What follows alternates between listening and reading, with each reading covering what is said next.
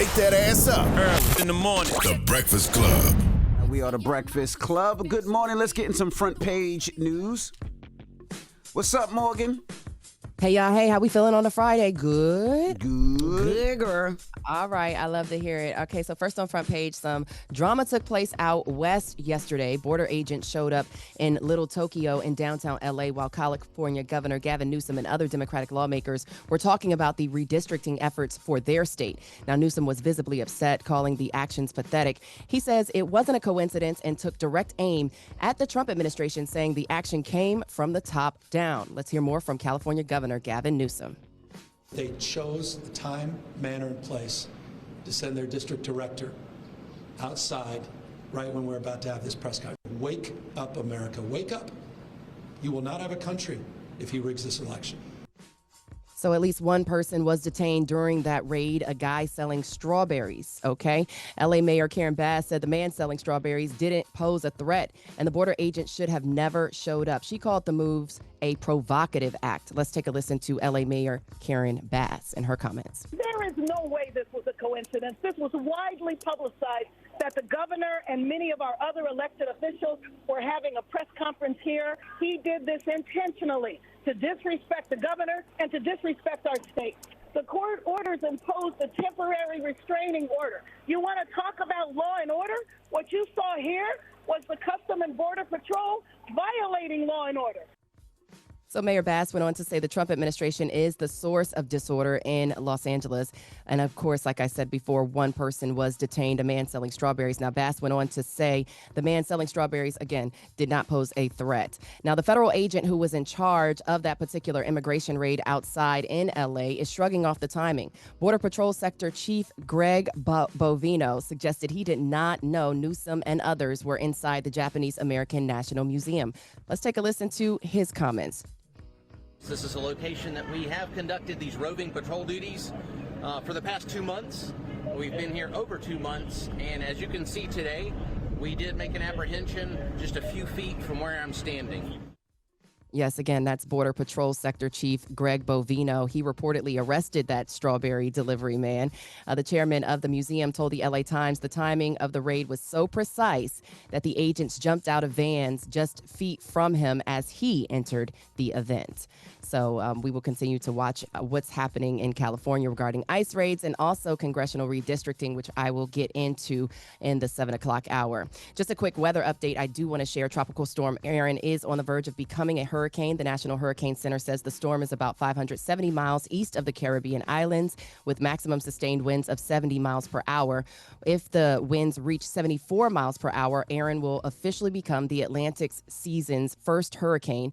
Forecasters say Aaron is heading west towards the U.S., but it is expected to veer north and is posing no immediate threat to the East Coast. But we will continue to watch the storm. The storm is expected to grow into a formidable Category 3 hurricane over the weekend. So again, I'll continue to keep you guys posted on that. But you guys got to watch over the weekend for yourselves because, we no more front page news on the weekends. But yeah, so that's your front page news for 6 a.m. Again, at 7 a.m., we'll get into redistricting. We'll talk about the president's meeting with Putin today and more. So stick around for more front page news at 7.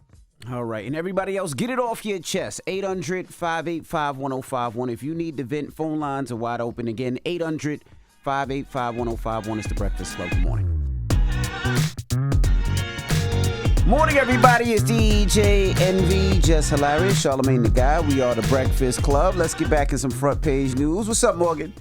All right, let's do it. So there are a lot of unknowns surrounding President Trump's summit with Russian President Vladimir Putin in Alaska today. Now, Trump was asked by Fox News Radio about a joint press conference that is supposed to happen and was announced by the White House with Putin after the meeting, and they seemed unsure what will actually happen. Now, President Trump said there are two scenarios that could happen today. Let's take a listen to what those could be. If it's a bad meeting, I'm not calling anybody. I'm going home. But if it's a good meeting, I'm going to call President Zelensky and the European leaders who, as you know, I have a very good relationship with. So over the past few days, Trump and the White House have lowered expectations about an immediate ceasefire in Ukraine following the summit. Trump says he'll know right away if Putin is serious about ending the war when the two leaders meet.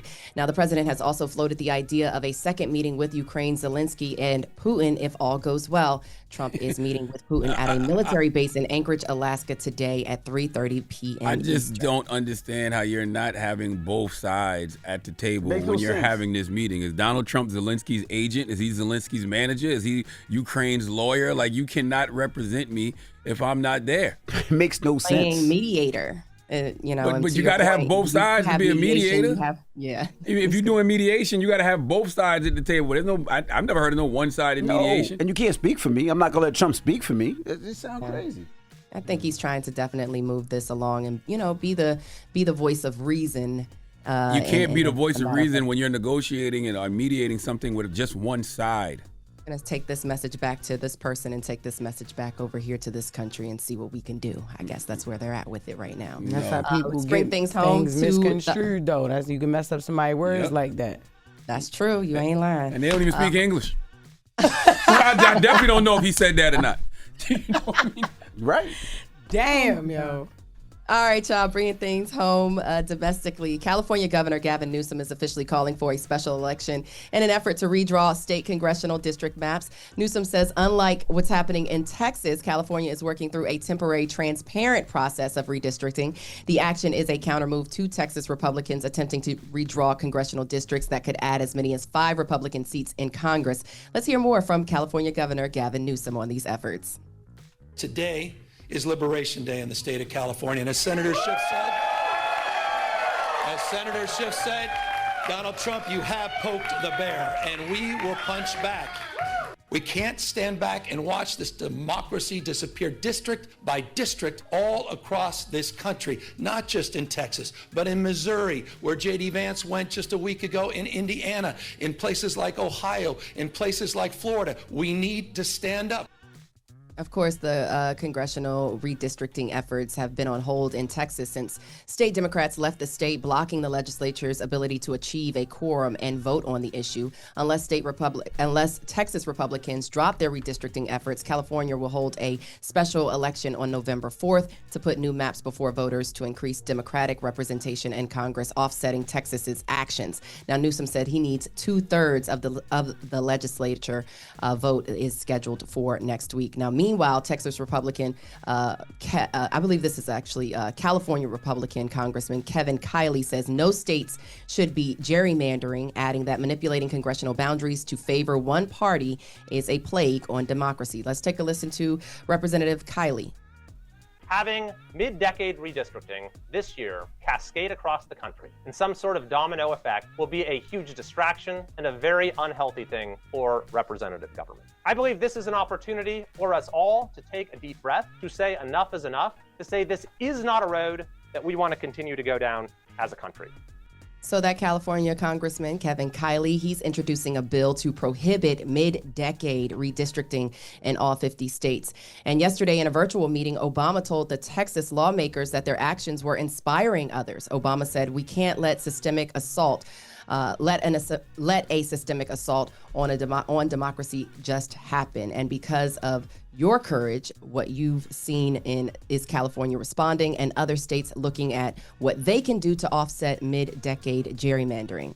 Of course, Texas Representative Jean Wu said Obama's endorsement was proof that they have the support of the Democrats at all and every level. So continue watching these congressional districts and you know, make sure you're paying attention to what's happening, especially if it's in your state. And in other news, New York City Mayor Eric Adams is announcing a new proposal to help New Yorkers on the street struggling with substance abuse disorder. Now, the proposal would give clinical professionals authority to bring someone who appears to pose a danger to themselves or others due to substance use disorder to a hospital. The mayor wants state legislators to take up the Compassionate Interventions Act. It would give clinical professionals authority to bring someone who appears to pose a danger to themselves or others due to substance use disorder to a hospital. A judge would then decide whether to mandate treatment if the person is resisting help.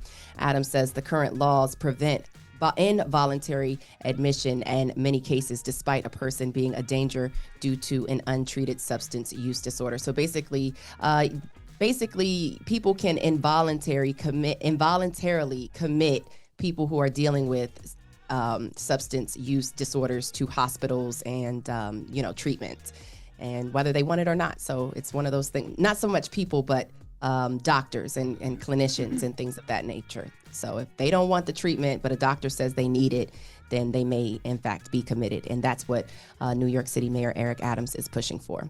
So, but that's your front page news. I'm Morgan Wood. You can follow me on socials at Morgan Media. For more news coverage, follow at Black Information Network. Download the free iHeartRadio app and visit us at BINnews.com. Before I go, I will say to my people in the DMV, DC, y'all just be safe, okay? Be safe this weekend. Be safe. All right.